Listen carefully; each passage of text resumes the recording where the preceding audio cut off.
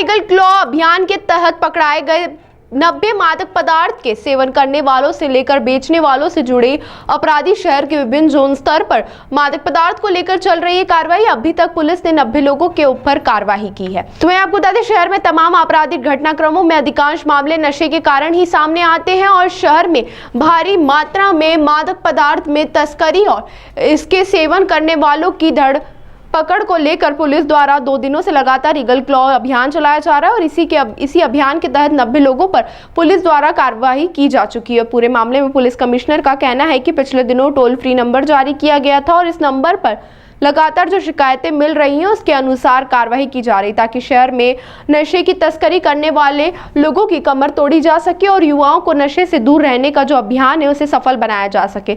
नशा खत्म होगा शहर से तो स्वाभाविक रूप से अपराध भी कम हो जाएंगे और इसी कारण से नया सवेरा नई शुरुआत अभियान भी शुरू किया गया है। इससे लोगों को जोड़ा जा रहा है और जनता में जागरूकता भी फैलाई जा रही है ताकि वह नशे से दूर रहे। पिछले कुछ घंटों में ही टोल फ्री नंबर के माध्यम से कई ऐसी शिकायतें भी आई हैं जिन पर तुरंत कार्रवाई की गई है और अब पुलिस लगातार मादक पदार्थ की तस्करी रोकने का प्रयास कर रही है।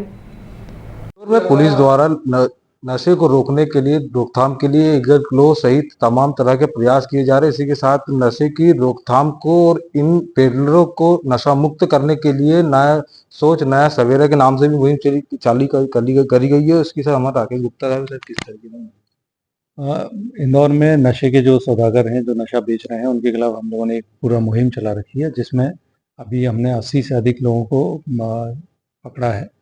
ये बेसिकली जिनमें ड्रग्स बेचने वाले मुख्य रूप से हैं और काफ़ी मात्रा में हमें ड्रग्स भी मिली है।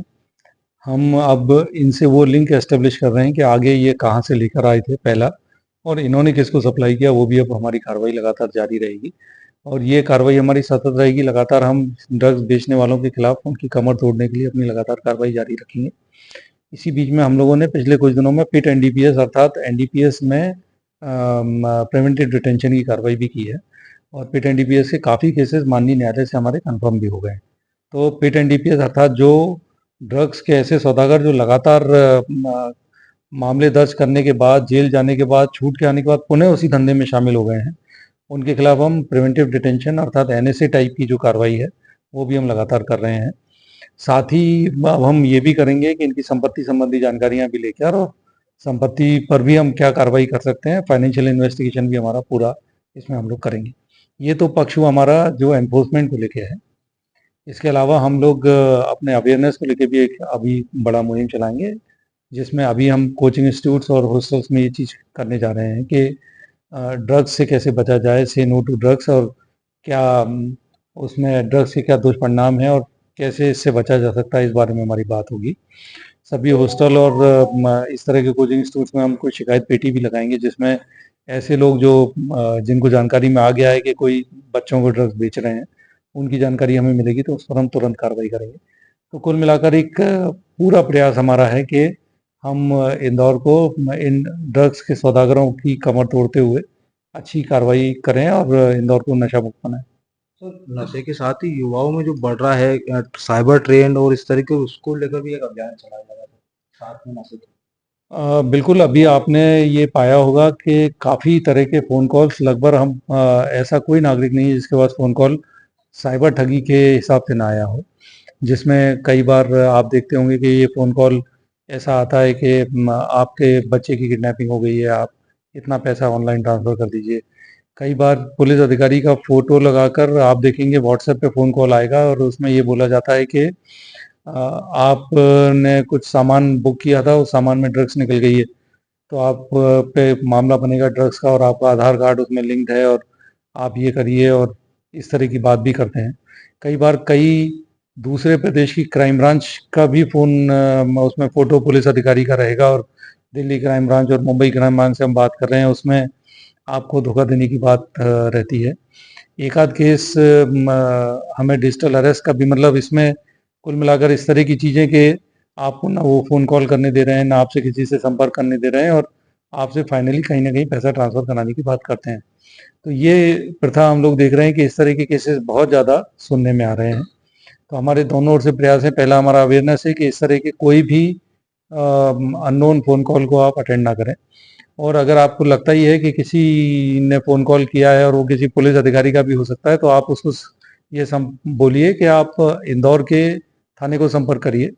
हम सीधे आपसे कोई बात नहीं करेंगे। इंदौर का थाना अगर हमारे पास आता है और हमसे कुछ बात करता है, तो हम अपना लीगल जवाब उनको देंगे। अमूमन जब भी कोई बाहर की पुलिस आती है तो वो पहले हमसे संपर्क करती है, सीधे संपर्क बहुत कम होता है।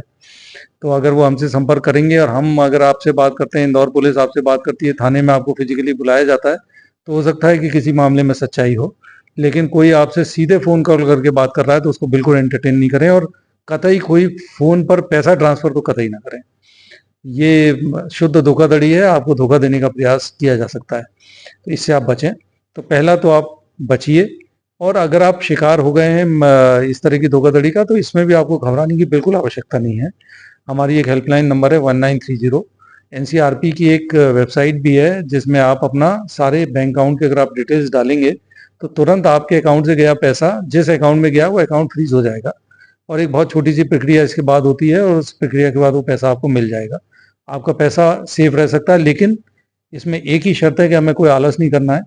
तुरंत हमें 1930 डायल करना है, और इसके बाद उस जानकारी को हमें अपने बैंक अकाउंट और जिस तरह का फ्रॉड आपका हुआ है उसकी जानकारी आप अगर उसमें दे देंगे, हमारी क्राइम ब्रांच का एक हेल्पलाइन नंबर भी है, आप अगर उसमें भी जानकारी देंगे तो तुरंत यही कार्रवाई, बैंक अकाउंट फ्रीज करने की कार्रवाई उसमें हो जाती है। तो आप अगर शिकार हुए हैं तो अपने बैंक अकाउंट से भी पैसा रुकवा सकते हैं और वो पैसा आपको वापस मिल सकता है।